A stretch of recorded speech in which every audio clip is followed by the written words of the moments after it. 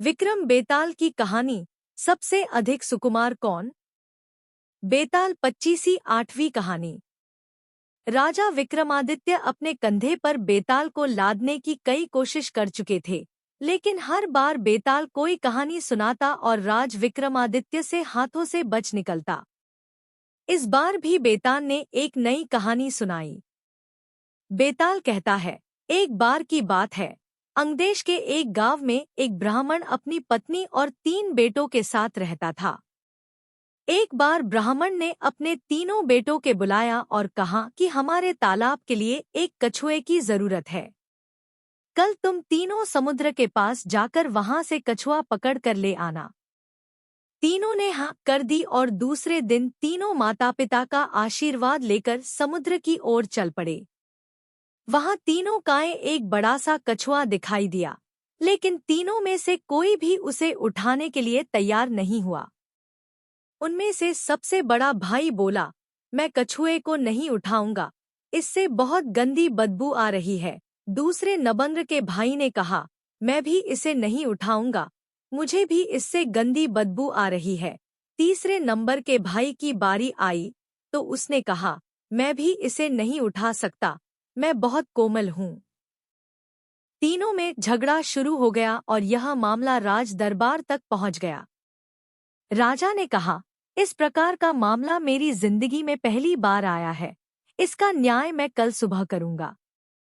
आज आप हमारे यहाँ मेहमान हैं, इसलिए भाईजन और आराम यहाँ पर ही कीजिए। यह बोलकर राजा ने तीनों को भोजन के लिए निमंत्रण दिया। सभी बड़े चाव से खाना खा रहे थे, लेकिन सबसे बड़े भाई ने नहीं खाया। राजा ने जब उससे पूछा तो उसने कहा, चावल में से श्मशान में जले हुए मुर्दे की बदबू आ रही है। राजा ने इस बात का पता किया तो मालूम हुआ कि चावल किसी श्मशान के पास के खेत से लाए गए हैं। यह देखकर राजा बहुत खुश हुआ। सभी लोग खाना खाकर शाम को संगीत सुनने के लिए बैठ गए। तब दूसरे नंबर के भाई ने राजा से निवेदन किया कि वो मृदंग बजाना चाहता है। राजा की आज्ञा से वो गायिका के पास जाकर जैसे ही बैठा तो तुरंत खड़ा होकर दूर बैठ गया।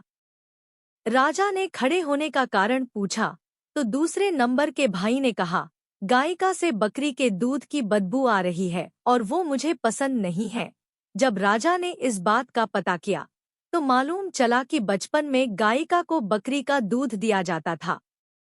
राजा एक बार फिर खुश हो गया। इसके बाद सभी लोग सोने के लिए चले गए।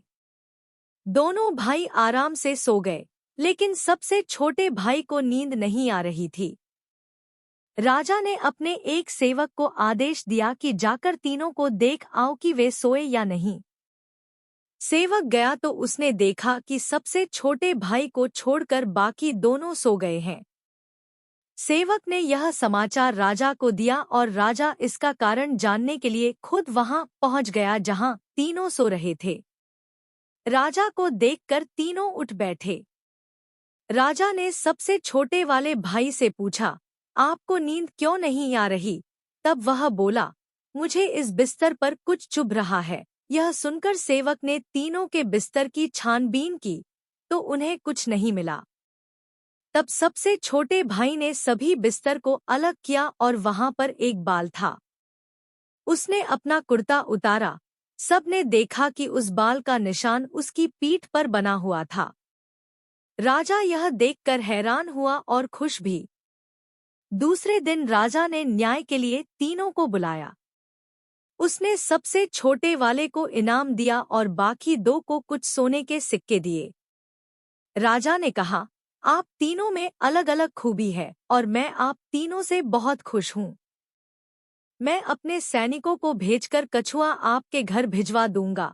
इतना कहकर बेताल ने विक्रम से पूछा, बताओ तीनों भाइयों में से सबसे अधिक सुकुमार कौन था? तब विक्रम बोला, सबसे छोटा भाई, क्योंकि हो सकता है कि दोनों बड़े भाइयों ने अपने सुकुमार होने का दिखावा किया हो, लेकिन सबसे छोटा भाई कितना सुकुमार है यह तो राजा ने खुद आंखों से देखा। विक्रम का सही जवाब सुनकर बेताल ने उसकी तारीफ की और अपनी शर्त के अनुसार वापस पेड़ पर जाकर लटक गया। कहानी से सीख। कभी भी उन गुणों को उजागर नहीं करना चाहिए जो हम में नहीं है।